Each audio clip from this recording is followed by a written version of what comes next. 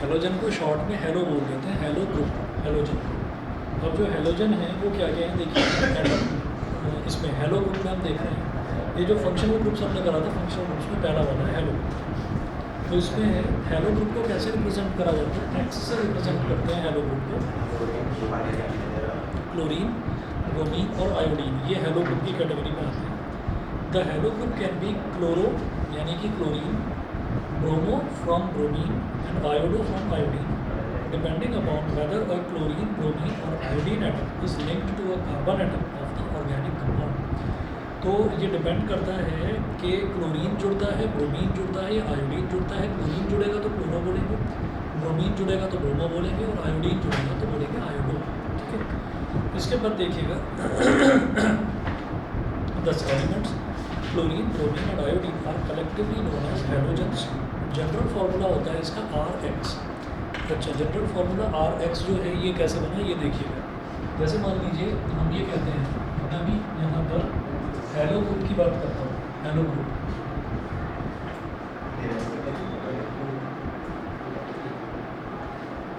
तो hello group है, hello group में हम ये कहते हैं कि X can be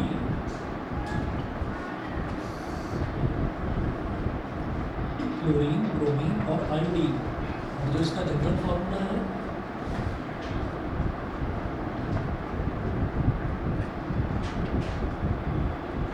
general formula हो जाएगा R सिंगल बॉन्ड X। ये R क्या होता है ये हम देख चुके हैं। R ऐसा होता है कि कोई भी अगर एल्केन है ना हमारे पास, उस एल्केन में से आपने एक हाइड्रोजन रिमूव कर दिया तो वो कहलाता है एल्काइल ग्रुप। तो R का मतलब होता है एल्काइल ग्रुप। जैसे मीथेन है, मीथेन में से हमने एक हाइड्रोजन रिमूव कर दिया तो वो कहलाएगा मिथाइल, है ना। तो ये हमने इस तरीके से करा। जैसे मान लीजिए मीथेन, मीथेन मीथेन था CH4, आपने क्या करा इसमें से एक हाइड्रोजन निकाल दिया। तो ये हाइड्रोजन निकाल दिया तो ये इसका स्ट्रक्चर कैसे होता है CH4 तो 3 हाइड्रोजन आ गए, आपने एक हाइड्रोजन निकाल दिया तो अभी एक सिंगल बॉन्ड बनना इसका बाकी है। तो क्या होगा कि क्लोरीन या तो क्लोरीन जुड़ जाएगा या ब्रोमीन या आयोडीन। मान लीजिए क्लोरीन जुड़ गया, इसी को हम क्या बोलेंगे क्लोरो मीथेन, क्लोरो मीथेन, या उल्टा भी बोला जा सकता है। भाई CH3 था, अच्छा तो CH3 क्या हो गया, मीथेन में से हमने एक हाइड्रोजन निकाल दिया तो एल्काइल बन जाता है, यानी कि क्या बन गया मिथाइल बन गया। तो इसको क्लोरोमीथेन बोल सकते हैं या फिर मिथाइल क्लोराइड बोल सकते हैं। अगर क्लोरीन है उसको बाद में अगर आप लिखना चाहते हैं तो आप लिखेंगे मिथाइल क्लोराइड, और पहले लिखना चाहते हैं तो क्लोरीन लिखेंगे, है ना, क्लोरो लिखेंगे उसको, क्लोरोमीथेन इस तरीके से। ठीक, इसके एग्जाम्पल्स अभी देखेंगे, सबके एग्जाम्पल्स एक साथ देखेंगे, अलग अलग करके देख लेंगे। पहले अभी अल्कोहल देख लीजिए, अल्कोहल ग्रुप क्या है। जैसे कि पहला था हमारा हेलो ग्रुप, अब दूसरा हम देखेंगे अल्कोहल ग्रुप। अल्कोहल ग्रुप, तो अल्कोहल ग्रुप में क्या होगा, जैसे यहाँ पर क्या होगा एल्केन में से, यानी कि जैसे मैंने एग्जांपल के तौर पर मीथेन लिया तो उसमें से एक हाइड्रोजन निकला और उसकी जगह क्लोरीन आ गया। इसी तरीके से अगर हमारे पास एल्केन है उसमें से एक हाइड्रोजन निकल जाए तो उसको हम R से रिप्रेजेंट करते हैं। R क्या होता है एल्काइल, है ना। तो वो हटा दिया एक हाइड्रोजन, उसकी जगह OH आ गया। तो अगर OH आ जाता है तो इसको हम बोल देते हैं अल्कोहल ग्रुप। तो देख लीजिए the alcohol group is made up of 1 oxygen atom and 1 hydrogen atom, 1 oxygen atom and 1 hydrogen atom joined together. The alcohol group is also known as alcoholic group or hydroxyl group. इसको alcoholic group या hydroxyl group भी बोलते हैं। इसके examples अभी सब साथ में देखेंगे। पहले अल्कोहल के बाद में अगला देखेंगे एल्डिहाइड ग्रुप। अच्छा बोला कैसे जाएगा वो सुनिए। जैसे मान लीजिए यहाँ पर हमारे पास यही था CH3, एल्काइल के नाम पर अभी मैं सिर्फ मिथाइल मिथाइल दिखा दूँ। तो जैसे CH3 था, आपने CH3 के साथ में OH जोड़ दिया, तो अल्कोहल में क्या करते हैं लास्ट का OL ले लेते हैं बस। तो ये क्या बन जाएगा मीथेन, मीथेन का E हटा दिया लास्ट में से मीथेन और उसकी जगह आपने OL जोड़ दिया मीथेनॉल। ईथेन के साथ में अगर जुड़ेगा तो ईथेनॉल, प्रोपेन के साथ जुड़ेगा तो प्रोपेनॉल, ब्यूटेनॉल, पेंटानॉल, इस तरीके से ऐसे बढ़ते जाएगा। फिर इसके बाद हम अगला देखते हैं एल्डिहाइड ग्रुप। Aldehyde group. तो एल्डिहाइड ग्रुप में क्या होता है, इसका जो जनरल फार्मूला है, जैसे इसका जनरल फार्मूला था RX, इसका जनरल फार्मूला हो गया ROH, इसका जनरल फार्मूला हो जाएगा एल्डिहाइड ग्रुप का RCHO। और ये जो CHO है, इसको लिखने का क्या तरीका है, मतलब इसको स्ट्रक्चर इसका किस तरीके से होगा वो देखिए। RC⋯O H, इस तरीके से लिखा है, ठीक है। अब एक चीज़ और है, अब जैसे मैंने यहाँ पर मीथेन के साथ में ज्वाइन करा था इसको, R क्या हो जाएगा, मीथेन में से एक हाइड्रोजन निकाला तो मिथाइल बन जाएगा। तो अगर मीथेन के साथ ज्वाइन करेंगे तो ऐसे बनेगा CH3 मिथाइल और C⋯OH, क्योंकि एल्डिहाइड है तो इसमें लास्ट में क्या लगाते हैं, लास्ट में अल लगा देते हैं, जैसे अल्कोहल में लास्ट में ओल लगा देते हैं, यहाँ पर लास्ट में लगा देंगे अल, ठीक है। तो हमें ये देखना होगा कि हमारे पास ये जो स्ट्रक्चर बना है इसमें कार्बन एटम्स कितने होंगे, एक है या दो है, दो कार्बन एटम्स, दो का मतलब ईथ है, ये हो जाएगा इथेनॉल।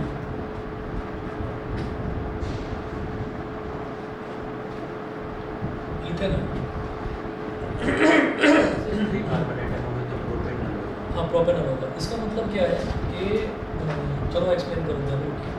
एल्डिहाइड समझ में आ गया, एल्डिहाइड में CHO जुड़ेगा एल्काइल के साथ में और स्ट्रक्चर होगा उसका C⋯O H, ये हो जाएगा। जब बोलेंगे तो लास्ट में अल जुड़ जाएगा, एल्कोहल में लास्ट में ओल जुड़ जाएगा। आगे चलता है, एल्डिहाइड के बाद में अगला आता है कीटोन ग्रुप।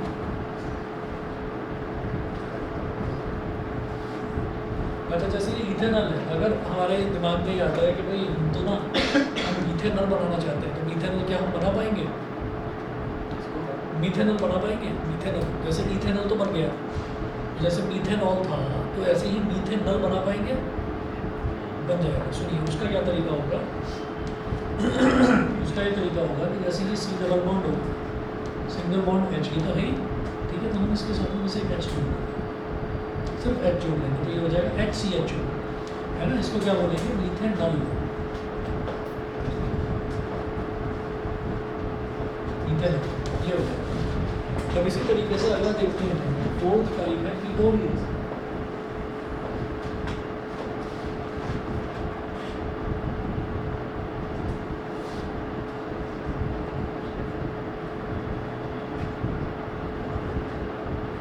हाँ जी, फोर्थ है कीटोन ग्रुप।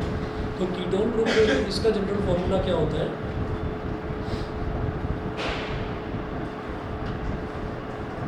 RC⋯OR', ठीक है, RC⋯OR', मतलब बीच में तो आ जाएगा C⋯O और उसके लेफ्ट साइड में एक एल्काइल ग्रुप, उसके राइट साइड में एक एल्काइल ग्रुप।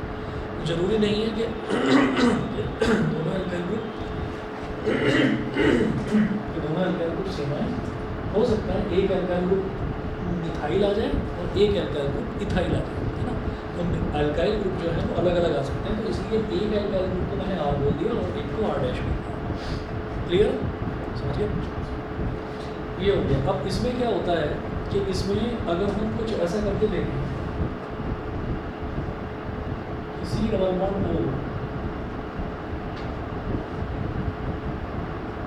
यहाँ CH3 तो आएगा तुमसे, यहाँ CH3 तो आएगा, ठीक है। तो इसका मतलब क्या हुआ कि अच्छा एक लगा उसी, चलो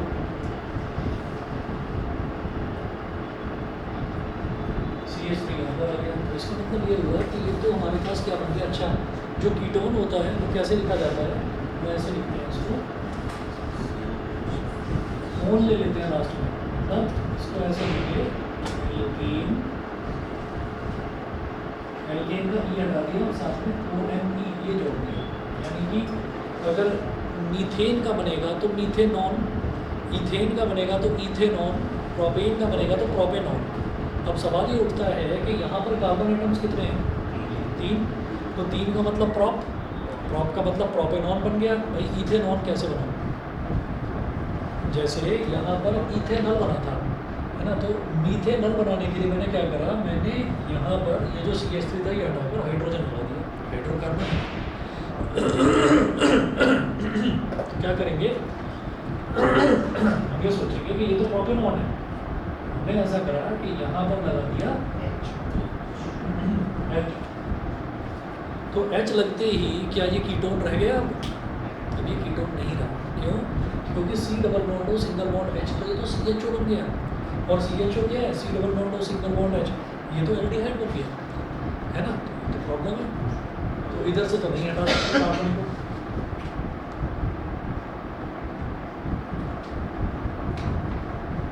देखा भाई, इधर से हटाओ, तो सीक्वेंस को कोई मैटर करता ही नहीं है। C डबल बॉन्ड हो सिंगल बॉन्ड H, अब भी CHO है ना? तो इसका मतलब अभी भी एल्डिहाइड बनेगा। तो कुल मिलाकर ये है कि कम से कम सबसे मतलब मिनिमम जो इसका जो सबसे छोटा जो मेंबर है, छोटे मेंबर में 3 कार्बन एटम तो होंगे ही होंगे, है ना? तो इसका मतलब प्रोपेनॉन से छोटा इथेनॉन इसमें पॉसिबल ही नहीं, मीथेनॉन भी इसमें पॉसिबल नहीं। समझ गए?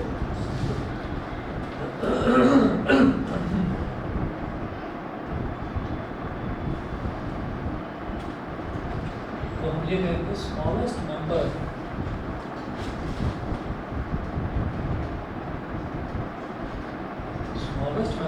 of ketone group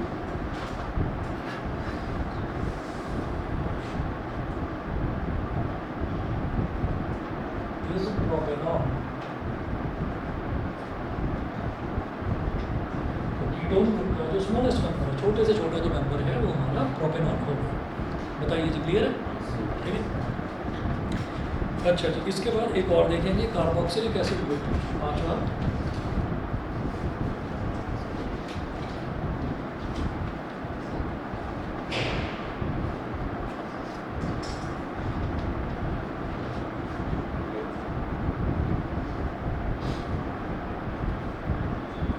carboxylic acid group, carboxylic acid group जो है, इसको कैसे लिखेंगे? इसको लिखेंगे RCOOH,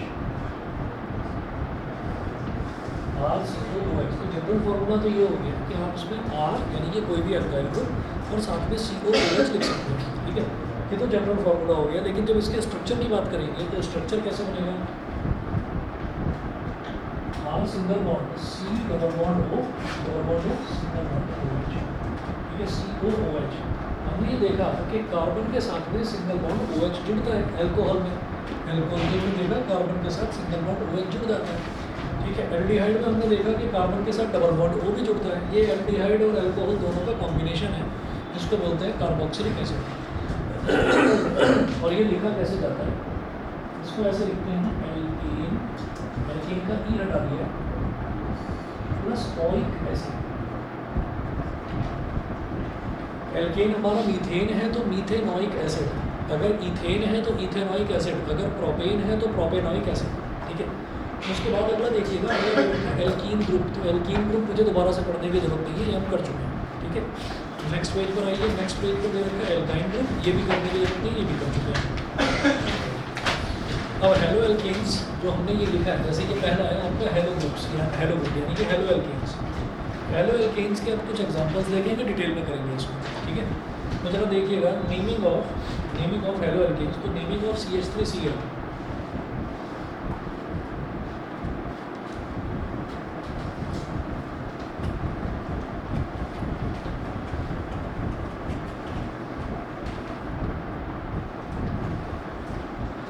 पहला देखिएगा नेमिंग ऑफ CH3Cl। तो CH3Cl क्या हो जाएगा बताओ, बोलो भाई?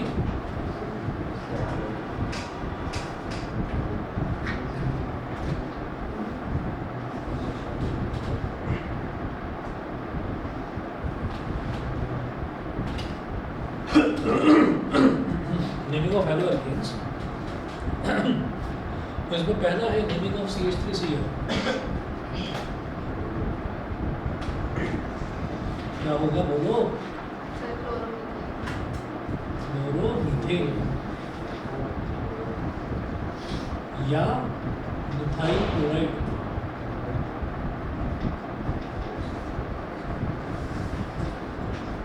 ये हो गया CH3Cl। दूसरा देखिएगा C2H5Cl,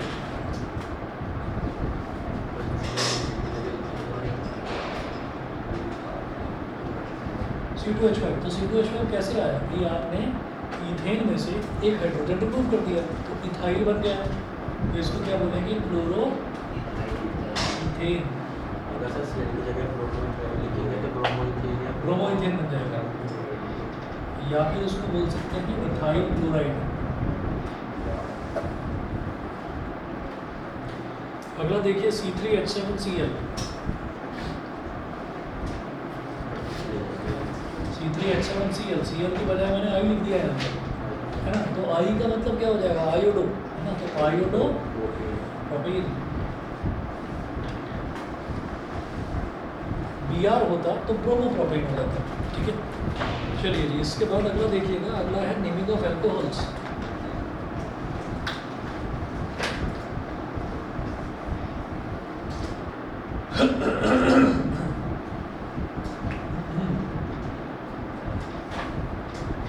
नेमिंग ऑफ एल्कोहल्स, तो एल्कोहल्स में देखिएगा इसमें है CH3OH सेटिस्फाइड। अच्छा, तो पहला देखिए CH3OH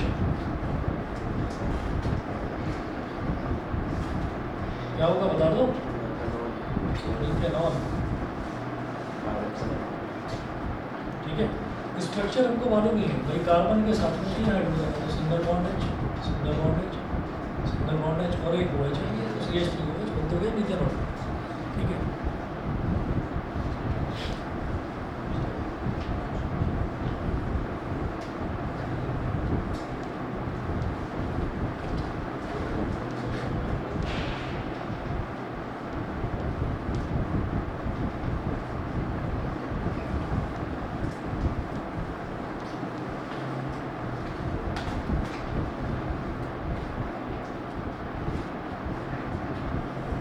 हाँ जी, तो ये बन गया मिथेनॉल। इसी तरीके से अगला देखिए C2H5OH।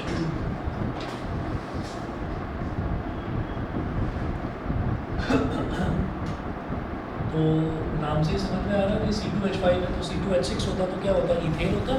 हमने एक हाइड्रोजन निकाल दिया तो क्या बन गया, इथाइल, है ना। उसमें OH जोड़ दिया तो इथेनॉल, ठीक है, ये होता है। तो इथेनॉल और स्ट्रक्चर दो कार्बन एटम,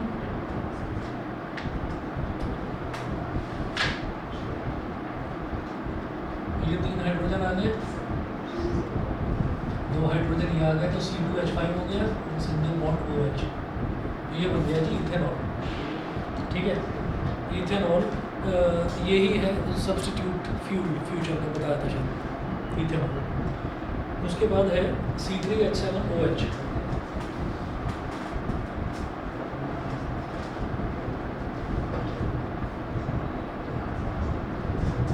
C3H7OH, तो C3H7OH क्या हो जाएगा,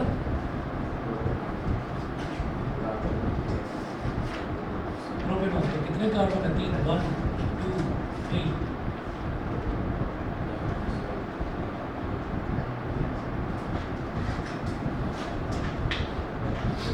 1 2 3 4 5 6 और 7, 7 तो हाइड्रोजन हो गए, है ना, हमारे एक OH हो गया, तो ये बन गया प्रोपेनॉल। नेक्स्ट पेज पर आइए। नेक्स्ट पेज पर देखिए क्या पूछा है, राइट द मॉलिक्यूलर फॉर्मूले of the 4th and 5th members of the homologous series of compounds represented by the general formula CnH2n+1 single bond OH।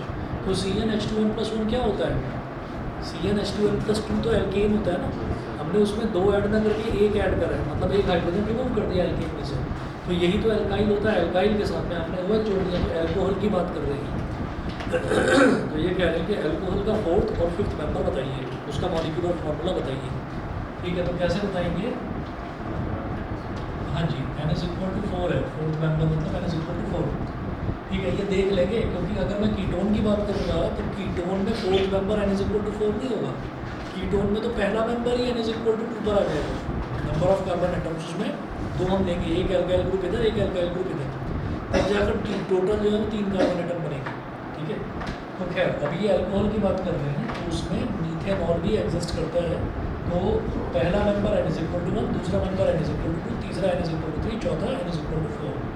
तो N=4 का मतलब क्या हो गया, C4 डबल से एक ज़्यादा, डबल से एक ज़्यादा कितना हो गया, 9,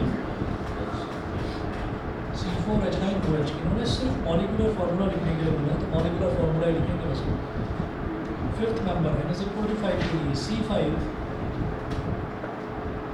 H11 H, ठीक है।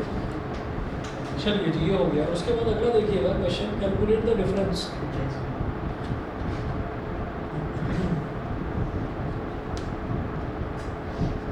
Calculate the difference in the molecular formulae and molecular masses for CH3OH and C2H5OH, C2H5OH and C3H7OH, C3H7OH and C4H9OH, ठीक है, ये दे रखा है।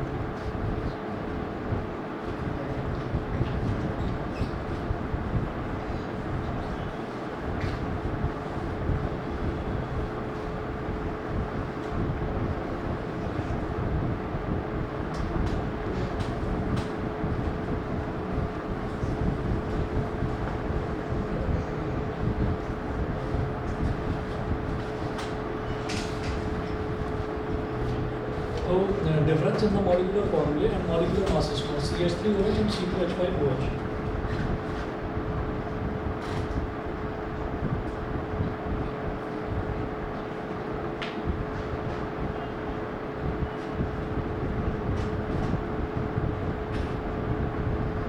CH3OH and C2H5OH, ये इनके मॉलिकुलर मासेस में डिफरेंस निकालना है। तो मॉलिकुलर मासेस में डिफरेंस देखिए, आप देखते ही ऐसे ही बता सकते हैं। CH3OH का मतलब क्या है? मीथेनॉल। C2H5OH का मतलब क्या है? इथेनॉल, ठीक है। तो इसका मतलब क्या हुआ कि ये मीथेनॉल है, ये इथेनॉल है। तो जब हम किसी एक फैमिली की बात करते हैं तो एक फैमिली का मतलब क्या है कि एक होमोलॉगस सीरीज़ है, और होमोलॉगस सीरीज़ में एक मेंबर और अगले मेंबर के दोनों के मॉलिक्यूलर फार्मूला में डिफरेंस होता है CH2, ठीक है। तो इन्होंने कहा है calculate the difference in the molecular formulae and molecular masses. Molecular masses में कितना डिफरेंस होता है? 14 U का, वही देख लीजिए लिखा है। और चाहो तो करके देख लो, CH3OH और C2H5OH, कार्बन कितने, इधर 2, इधर कितना, 1।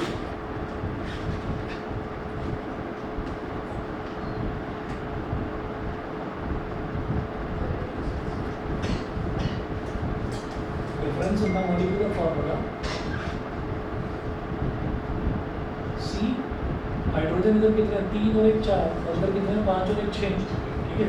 तो कितना अंतर हो गया? उधर 4 और उधर 6, तो 2 का अंतर हो गया, तो CH2।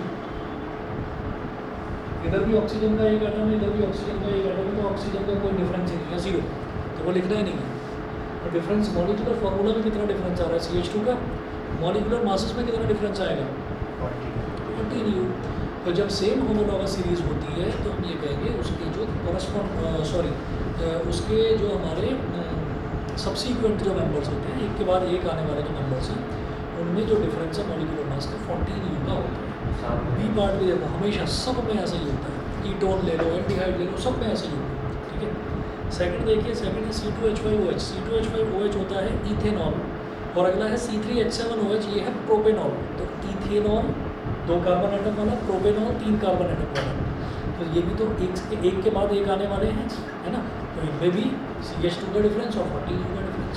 थर्ड पार्ट देखो, C3H7OH और C4H9OH, तो 3 प्रोपेनॉल और ब्यूटेनॉल, इनमें भी आप देखिए CH2 का डिफरेंस होगा, तो 14 U का डिफरेंस, ठीक है। तो ये हर एक में मैं अलग अलग करके दिखाया है। अब इसका फर्स्ट पार्ट है अगला इसी क्वेश्चन में, उसमें लिखा is there any similarity in these 3, तो हम ये कहेंगे yes there is a similarity between the above mentioned 3 parts A, B and C, that their molecular formulae differ by CH2 and their molecular masses differ by 14 U। सब में यही same आ रहा है, तो इसका मतलब सिमिलैरिटी है, ठीक है। अगला देखेंगे, थर्ड पार्ट है, कह रहे हैं arrange these alcohols in the order of increasing carbon atom to get a family, can we call this a family a homologous series। तो increasing number of carbon atoms के हिसाब से लगाना है। तो ठीक है भाई, सबसे पहले CH3OH, फिर C2H5OH, फिर C3H7OH और फिर C4H9OH, तो जिसमें नंबर ऑफ कार्बन एटम्स बढ़ते गए। तो हम ये कहेंगे yes we can call it a homologous series, ये होमोलॉगस सीरीज है, हम इसको कह सकते हैं। अगली टाइप देखेंगे, बताइए युविका क्लियर है यहाँ तक?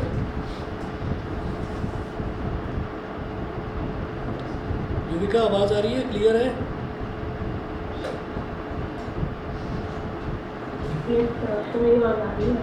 हाँ आ रही है। चलिए जी, अब अगली टाइप देखेंगे एल्डिहाइड्स। और एल्डिहाइड्स में इस तरह नेमिंग करते हैं, naming of aldehydes.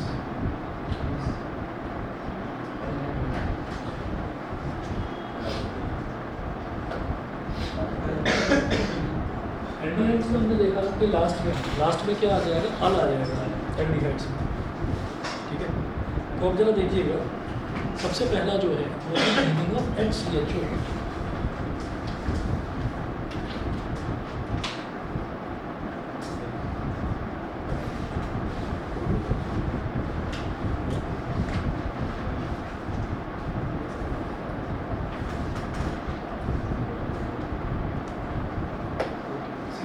Single bond H और इधर एक H है, HCHO।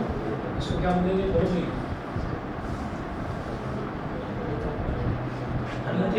पहले से ही एक इसमें कार्बन एटम मौजूद है। CHO जो है फॉर्मूला, उसमें पहले से ही एक कार्बन एटम मौजूद है, तो हमको और एक कार्बन लगाने की ज़रूरत नहीं है। सिंगल कार्बन वाला एल्डिहाइड बन गया, इसको कहेंगे मीथेनॉल। उसके बाद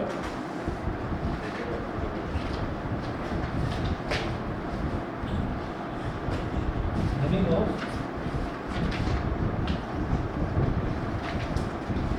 CH2CH।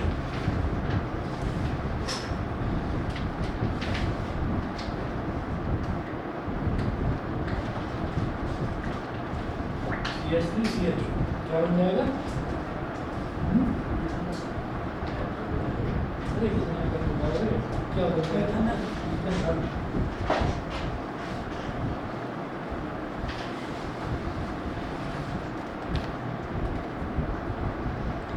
पेन से ना पढ़ाई लिखाई शुरू कर दो, पेन से खेलना बहुत हो गया तुम्हारा। कर दिया शुरू?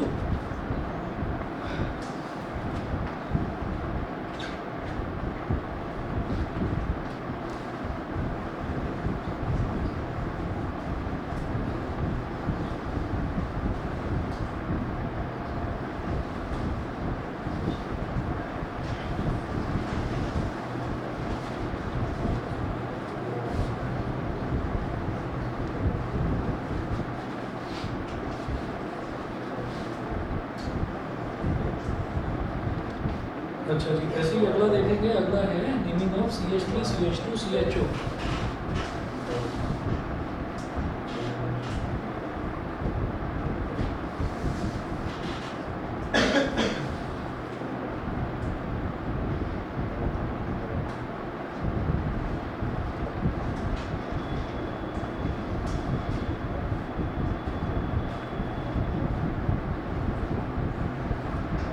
CH3 CH2 CHO है ना। तो इसमें जरा देखिए कार्बन एटम कितने हैं, 3 हो गए। इसको क्या बोलेंगे, प्रोपेनल। ये हो गया, ठीक है। Draw the structure for the following compound hexanal, ठीक है। ये देखिए, मैं 1 मिनट में आ रहा हूँ।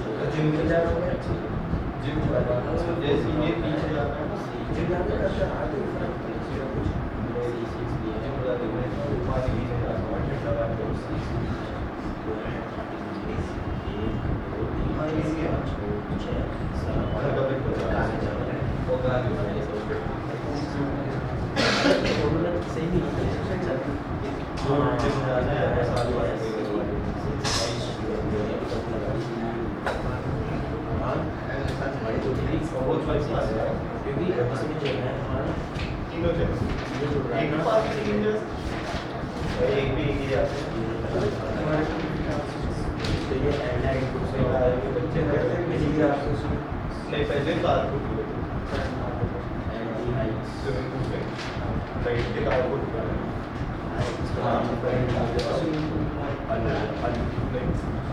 तब वो क्लीनिंग होती थी मंडे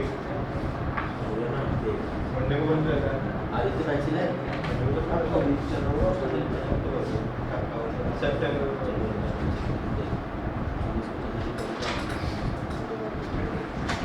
ये देखोगे ना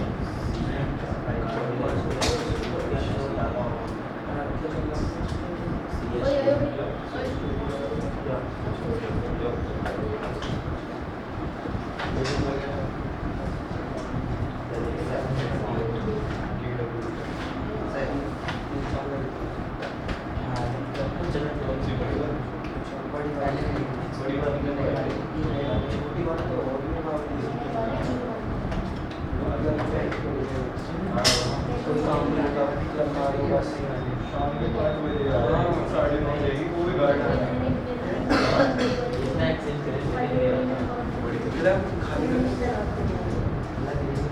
हाँ अगर जगह खाली पड़ा है तो जल्दी लग जाओगे रात में सुबह से टाइमिंग हो चुकी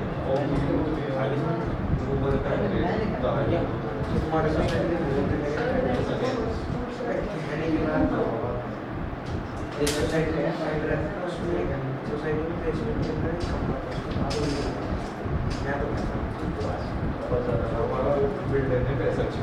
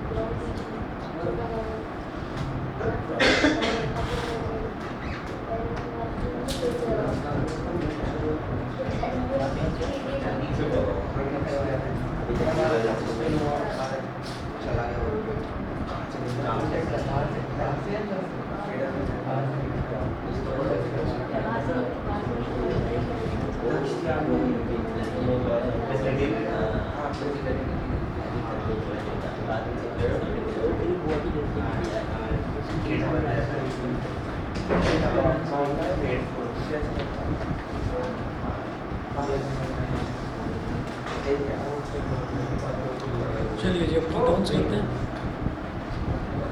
कीटोन्स में देखिए ketones are the carbon compounds और organic compounds containing the ketone group CO group. Please note that a ketone group always occurs in the middle of a carbon chain. So a ketone must contain at least 3 carbon atoms in its molecule, 1 carbon atom of the ketone group and 2 carbon atoms on its 2 sides. ठीक है, तो कम से कम इसके अंदर 3 carbon atom तो होंगे ही ketone के। ठीक है, अच्छा जी, अब नेमिंग ऑफ कीटोन्स देख लेते हैं। तो पहला जो है CH3COCH3।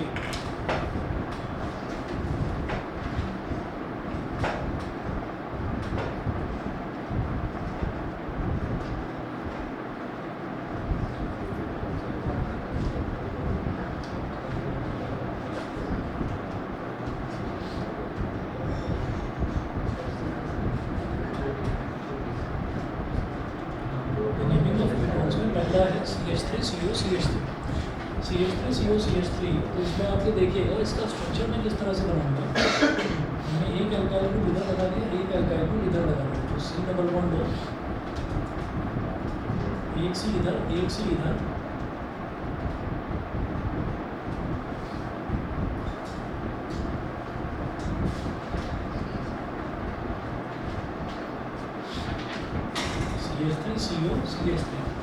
CH3COCH3 हो गया। तो ये हमारे पास क्या बन गया, क्या बोलेंगे इसको, propanol. It contains 3 carbon atoms and it is a ketone, so its name is propanol, its common name is acetone। तो वैसे तो हमको पता ही है कि इसका केमिकल नेम है तो प्रोपेनॉल हो ही गया, और common name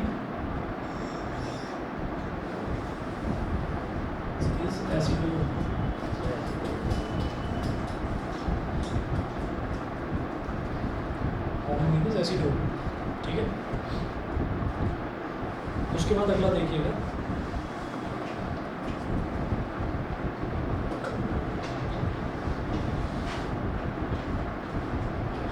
CH3CO,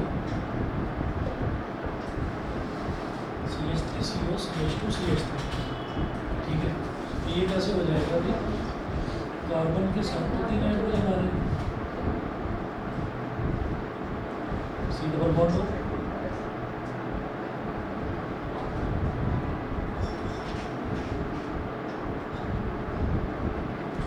CH3CO, CH2CH3, क्या हो गया। अब जरा देखिएगा इसको क्या कहेंगे,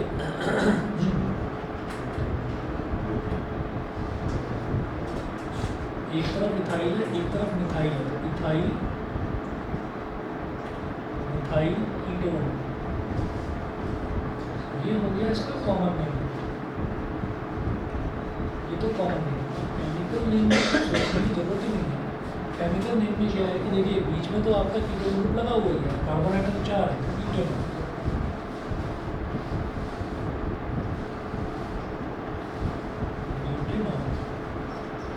ये हमारा केमिकल नेम हो गया कीटोन। अगला देखिएगा, naming of CH3CO, CH2, CH2, CH3,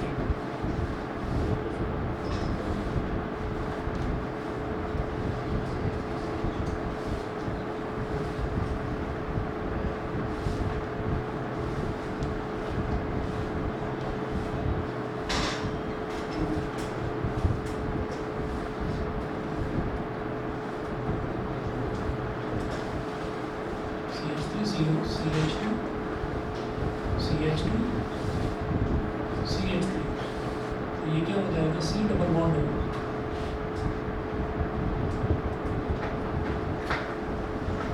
CH2, CH2,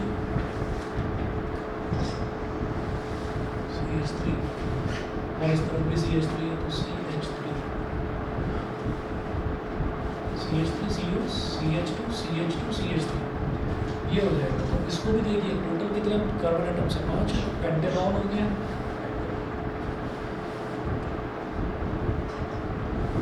common name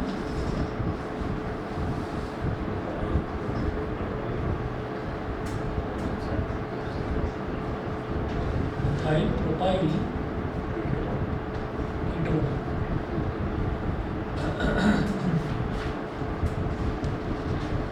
ये हो गया। उसके बाद देखिए जी अगला आता है हमारे पास कार्बोक्सिलिक एसिड्स। कार्बोक्सिलिक एसिड्स को हम ऑर्गेनिक एसिड्स भी बोल देते हैं। तो कार्बोक्सिलिक एसिड देखेंगे, the carbon compounds of organic compounds containing carboxylic acid group, that is COOH group are called carboxylic acids. Naming of carboxylic acids, naming देखिएगा,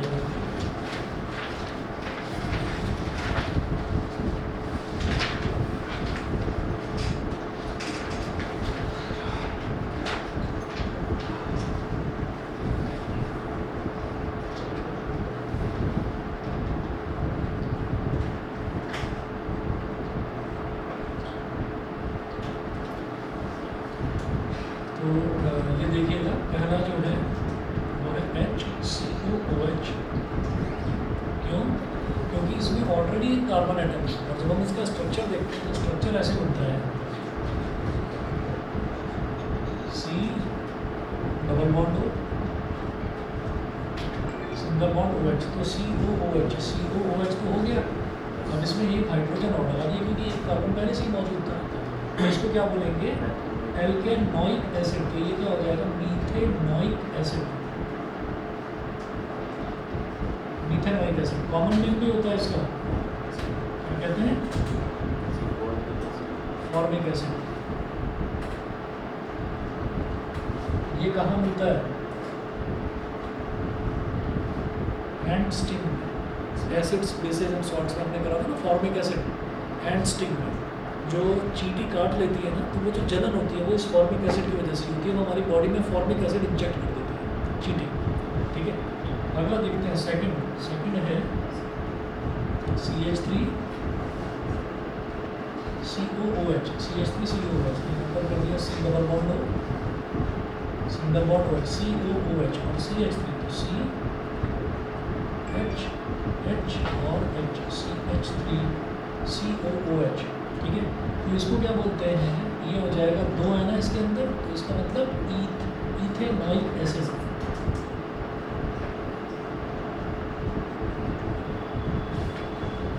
ethanoic acid, इसका कॉमन नेम क्या होता है? Acetic acid. ये कहाँ पर मिलता है?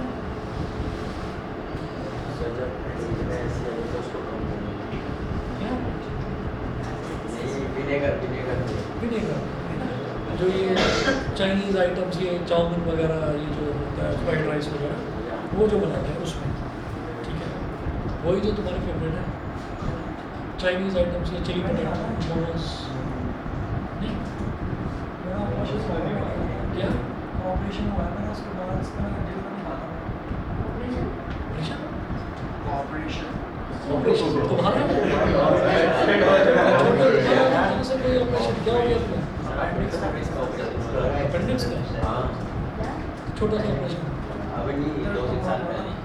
हाँ, दर्द बहुत तेज होता है, दर्द बहुत, छोटा सा पंक्चर करते हैं, एक छोटा सा निशान आया होगा बस आपके साथ। अच्छा,